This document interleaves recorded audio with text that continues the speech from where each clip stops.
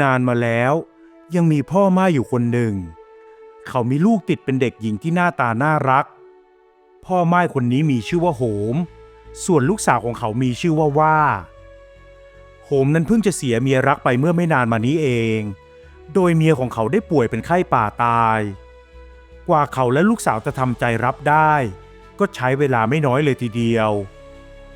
โหมพยายามเป็นทั้งพ่อและแม่ให้กับลูกสาวและเลี้ยงดูเธอเป็นอย่างดีโหมให้สัญญากับลูกสาวว่าจะคอยอยู่ดูแลจนกว่าเธอจะเติบใหญ่และจะไม่มีแม่เลี้ยงให้กับเธออย่างเด็ดขาดแต่พอว่าอายุได้10 ขวบก็มีหญิงม่ายคนหนึ่งย้ายเข้ามาอยู่ในหมู่บ้านหญิงม่ายคนนี้มีชื่อว่าพริ้งและเธอก็มีลูกติดเป็นเด็กผู้หญิงชื่อว่าแววอายุรุ่นราวคราวเดียวกับว่าด้วยพริ้งได้มาขออยู่อาศัยที่บ้านเก่าหลังหนึ่งซึ่งอยู่ไม่ไกลจากบ้านของโหมมากนักและพอรู้ว่าโหมเป็นพ่อม่ายหญิงสาวก็พยายามที่จะตีสนิทและแวะเวียนมาพูดคุยด้วยเป็นประจำโดยได้พาแววมาเล่นกับว่าอยู่เสมอในตอนแรกนั้นว่าก็ดีใจที่จะได้มีเพื่อนรุ่นราวคราวเดียวกันแต่แววเป็นเด็กขี้อิจฉาและชอบขโมยของอีกทั้งยังชอบพูดจาโกหกทำให้ว่าไม่อยากจะสุงสิงและไม่อยากเล่นด้วยพริ้งนั้นพยายามเข้านอกออกในบ้านของโหมสุดท้ายเธอก็ใช้มารยาหญิงจนโหมต้องรับเธอเป็นภรรยาเขาได้รับพริ้งกับลูกสาวให้เข้ามาอยู่ด้วยกันที่บ้านเมื่อกลายเป็นครอบครัวเดียวกันพริ้งก็กลายเป็นผู้ดูแลบ้านและดูแลทุกสิ่งทุกอย่างโดยเมื่ออยู่ต่อหน้าโหมเธอจะทำทีเป็นรักใคร่ว่าเหมือนกับรักแววแต่เมื่อใดที่โหมไม่อยู่ว่าก็จะถูกทำโทษโดยที่เธอไม่มีความผิดว่าพยายามจะบอกเรื่องราวทั้งหมดให้พ่อฟังแต่ก็ไม่เคยมีโอกาสเพราะพริ้งจะคอยกันท่าอยู่เสมอว่าต้องอยู่ในบ้านอย่างไม่มีความสุขเด็กหญิงจึงคิดถึงแม่ของเธอมากเมื่อถูกทุบตีมากขึ้นเธอจึงได้ขอโหมไปอยู่กับป้าที่ต่างหมู่บ้านซึ่งโหมก็อนุญาตและได้ไปส่งลูกสาวด้วยตัวเองเมื่อไปถึงบ้านของพี่สาวของอดีตภรรยาโหมก็ถูกเธอว่ากล่าวตักเตือนแต่โหมก็ไม่ยอมรับอะไรและบอกว่าพริ้งเป็นผู้หญิงที่ดีเอ็งผิดสัญญาที่ให้ไว้กับว่าเอ็งมันตาบอดและเหมือนเคราะห์ซ้ำกรรมซัดเมื่อว่าเติบโตขึ้นเป็นสาวป้าก็มาด่วนจากไปเสียอีกคนเธอเลยจำใจต้องกลับมาอยู่กับพ่ออีกครั้งในตอนนั้นโหมกับพริ้งก็แก่ตัวลงมากแล้วส่วนแววก็เติบโตเป็นสาวแล้วเหมือนกันทั้งว่าและแววต่างก็มีชายหนุ่มมาติดพันไม่นานหลังจากนั้นหญิงสาวทั้งคู่ก็แต่งงานและยังคงอยู่ด้วยกันในบ้านของโหมเมื่อมีหลายคนเข้ามาอยู่ในบ้านความวุ่นวายก็ยิ่งมากขึ้นโดยเขยทั้งสองคนนั้นก็ไม่ค่อยลงรอยกันนักเพราะสามีของแววมักจะหาเรื่องสามีของว่าอยู่เป็นประจำสิ่งนี้ทำให้โหมเบื่อหน่ายไม่นานเขาก็ป่วยหนักและตายจากไปว่านั้นเสียใจมากที่โหมมาตายจากไปอีกเธอร้องไห้อยู่หลายวันซึ่งแตกต่างจากพริ้งและแววที่ไม่ได้เสียใจกับการจากไปของโหมเลยเราย้ายไปอยู่อีกหมู่บ้านหนึ่งกันเถอะว่าพี่จะพาไปเองไม่ข้าไม่ไป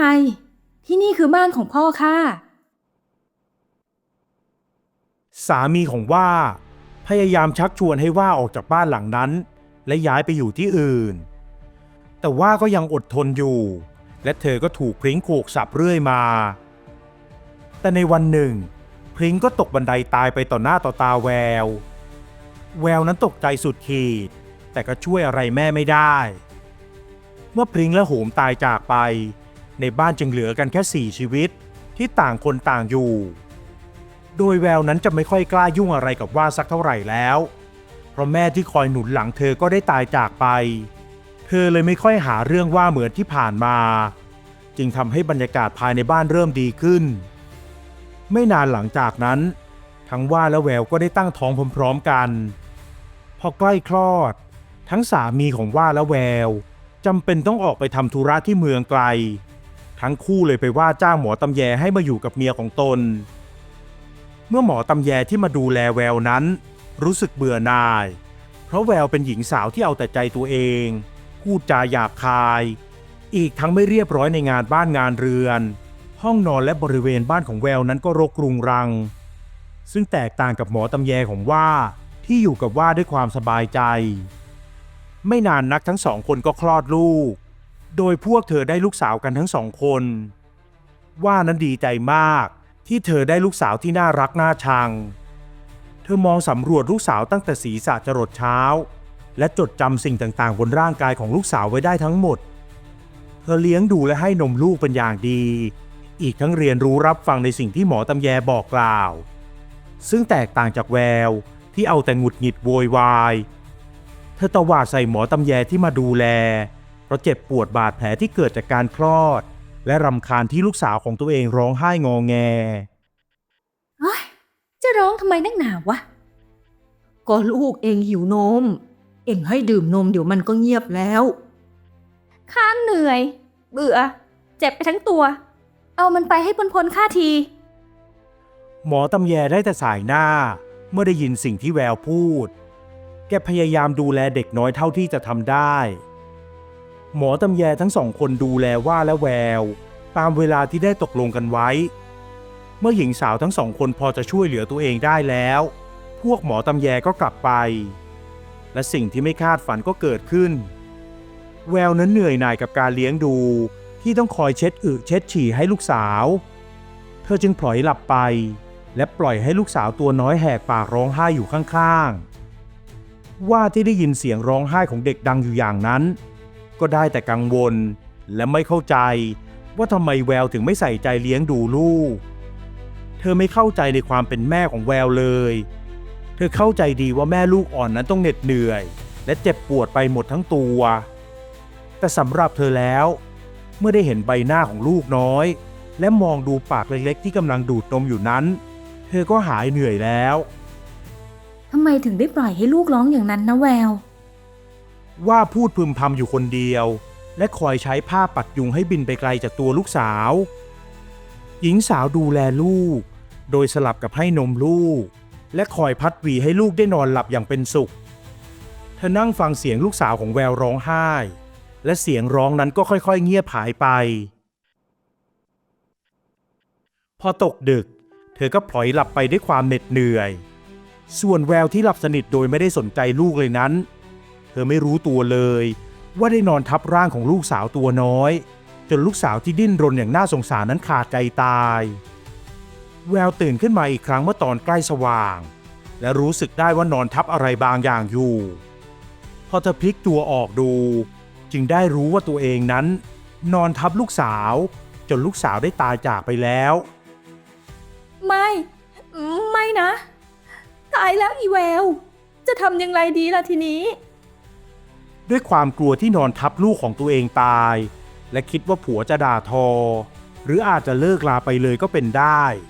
เธอเลยคิดแผนชั่วร้ายขึ้นมาแววได้อุ้มร่างไร้วิญญาณของลูกขึ้นและเดินย่องไปที่ห้องนอนของว่าและคงเป็นคราวโชคร้ายของว่าด้วยเพราะตอนนั้นไม่ได้ลงกลอนประตูแววจึงคว้าลูกของว่าออกมาจากอ้อมอกและยัดร่างลูกของเธอเข้าไปในอ้อมกอดของว่าด้วยว่านั้นเหน็ดเหนื่อยมากและหลับอย่างสนิทเธอจึงไม่รู้ว่าแววได้สับเปลี่ยนลูกและนำลูกของเธอไปแล้วแววได้อุ้มลูกของว่าออกมาที่ห้องนอนของเธอและรีบเก็บข้าวของอย่างรวดเร็วจากนั้นเธอก็อุ้มลูกของว่าหนีออกไปจากบ้านพอแววก้าวพ้นประตูบ้านไปไม่เท่าไหร่ว่าก็ลืมตาตื่นและรู้สึกตกใจมากกับร่างของลูกในอ้อมแขนที่เนื้อตัวเย็นเฉียบว่าหวีดร้องออกมาด้วยความตกใจเมื่อเห็นว่าลูกสาวได้ตายไปแล้วเธอตกใจมากและไม่เข้าใจว่าลูกสาวของเธอตายได้อย่างไรแต่พอตั้งสติได้และพิจารณาลูกอีกครั้งจึงได้รู้ว่าเด็กคนนี้ไม่ใช่ลูกของเธอหญิงสาวรีบอุ้มเด็กออกไปที่ห้องของแววและไม่เห็นแววอยู่แล้วว่าถึงกับเข่าสุดด้วยความตกใจและเสียใจมากแววทำไมเองทำเช่นนี้อย่าเอาลูกเข้าไปว่าร้องไห้แทบจะขาดใจและสามีก็กลับมาถึงที่บ้านพอดีฝ่ายสามีนั้นก็ตกใจที่เห็นลูกของตัวเองสิ้นลมอยู่ในอ้อมแขนของเมียรักแต่เมื่อว่าได้เล่าเรื่องราวให้ฟังเขาก็โกรธมาก และรีบติดตามแววไปในทันที ส่วนแววนั้นได้ดักนัดเจอกับสามีและได้โกหกว่าลูกของว่าตายและจะมาแย่งลูกของเธอไปทั้งคู่เลยพากันหนีไปที่เมืองหนึ่งซึ่งสามีของว่าและว่าเองก็ตามหาพวกเขาไม่เจอว่านั้นกินไม่ได้นอนไม่หลับเพราะคิดถึงแต่ลูกของเธอที่แววลักพาตัวไปหญิงสาวพยายามทำใจเพื่อให้มีชีวิตอยู่ต่อไปได้แต่เธอก็ยังทุกข์ใจเรื่อยมาและไม่มีลูกอีกเลยณ เมืองใหญ่เมืองหนึ่งซึ่งแววและสามีได้หนีไปอยู่นั้นลูกของว่าก็เติบโตขึ้นโดยการเลี้ยงดูแบบไม่ใส่ใจใยดีของแววเด็กหญิงถูกทุบตีบ้างปล่อยให้อดข้าวบ้างเมื่อถูกสามีตักเตือนว่ากล่าวเธอก็ทำทีเป็นรักใคร่และดูแลเด็กหญิงขึ้นมาบ้างแต่พอสามีออกไปทำงานเธอก็ทิ้งขว้างเด็กหญิงอีกจนเด็กหญิงตัวน้อยรู้สึกงงกับแม่ของตัวเองว่าตกลงแม่นั้นรักเธอหรือเปล่าแม่จ๋าแม่รักข้าไหมอย่าถามมากไปไกลๆเลยกูรำคาญจนกระทั่งเวลาผ่านไป6 ปีแล้วว่ากับสามีบังเอิญได้เดินทางไปที่เมืองแห่งนั้นในขณะที่ทั้งสองกำลังเดินดูข้าวของอยู่ในตลาดว่าก็เห็นแววเดินซื้อของอยู่และมีเด็กหญิงตัวเล็กๆผอมๆเดินตามต้อยๆว่าถึงกับนิ่งอึ้งและหัวใจก็แทบจะหยุดเต้นเธอรีบเดินเข้าไปหา2 แม่ลูกในทันทีเมื่อแววหันขวับมาเห็นแววก็ตกใจจนตาเหลือกและรีบคว้าตัวเด็กหญิงที่เดินตามหลังมากอดไว้พอตั้งสติได้เธอก็รีบวิ่งหนีไป